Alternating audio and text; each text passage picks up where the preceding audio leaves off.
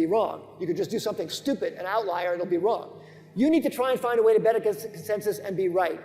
So what I really urge people to do, what I try and do with all the ideas that we have when we evaluate whether we're going forward, because we have way more ideas than we could do, is really try and figure out, do we have some insight that we know is true that other people don't know yet?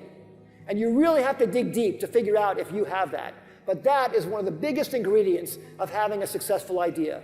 It's not just having an idea that no one's done before. It's not just having a slightly better way of doing something that someone else is already doing. But Tony talked about that earlier too, about some of the insights of Starbucks and Subway and others.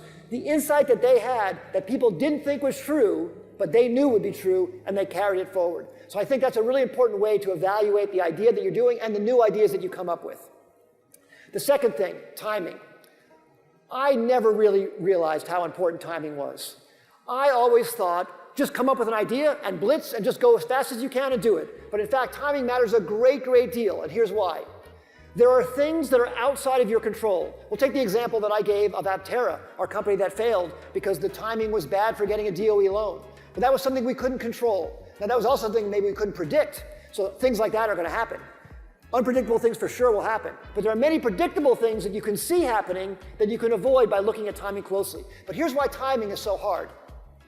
When you're coming up with a new idea, if it's truly a contrarian idea, first it's going to be ridiculed. People are going to make fun of it. Then, when you start having some traction, it's actually going to be opposed. People are not going to like that idea. They're going to be threatened by it, so they're going to start opposing it. And then finally, it will be accepted as self-evident. When it's accepted as self-evident, like the story with GoTo, like everybody understands paid search now, then you've won. But you have to make it through those first two stages. So your timing matters greatly for that. Another example of that, we had a company called Z.com. It was one of the first online entertainment companies. After our success with e-commerce companies, we felt entertainment is going to move online immediately. And we were based in Los Angeles, Hollywood, connections. We can try and make great entertainment companies online. So Z.com, we formed the company, got a great CEO from Disney, raised $10 million. I actually personally met with Adam Sandler and Chris Rock, got them to sign on. I gave them each 10% of the company to be exclusive to us for their comedic content online. It was incredible. Everything was great. The problem? No broadband connections. We only had about 10 or 15% of America with a fast connection. There was no way to even view their funny video in your browser. You had to do all these weird codecs and plugins to try and view it. This was 2001, 2002, 2003. We eventually went out of business at the end of 2003. We spent our $10 million trying to build a brand, trying to get people to watch it. The people who could watch it loved it, but we were just way too early. The challenge is when you, by definition, want to be ahead of your time, you don't want to be way ahead of your time. Being way too early is just as bad as being too late. In fact, probably worse. If you're a little bit late, you can catch up. If you're way too early, there's nothing you can do if those other things are out of your control. And I'll tell you what's out of our control. Broadband penetration and watching videos in your browser. A year after we went out of business, Adobe invented Flash. 6 months after that, YouTube was founded, basically on Flash. All of a sudden, broadband penetration, a mere 18 months later, went from 20% to 50%. We had that S-curve going along. We were just too early on that S-curve of broadband penetration. If we could have survived 18 months longer, we could have made a really, really great company. But we were so focused on getting out there, building the company, growing bigger, building a brand, we had to lay off people in waves to finally close down to a company that doesn't exist today. We were just too early. So I really say, go take a look at the things outside of your control that you need to succeed and make sure they're in place. Take Uber as an example. If Uber had come out before GPS was available on phones, it wouldn't work. Now, Uber didn't invent GPS, and Uber didn't happen only because of GPS, but that was something else that had to happen outside of their control. They couldn't put the satellites in space to do that. They couldn't make the phones to do that, but they capitalized on it. So looking at things that are happening in the world that influence your success is a really, really crucial thing that I really, really urge you to do, and I try and look at with all our companies. It's not easy. It's not easy to do.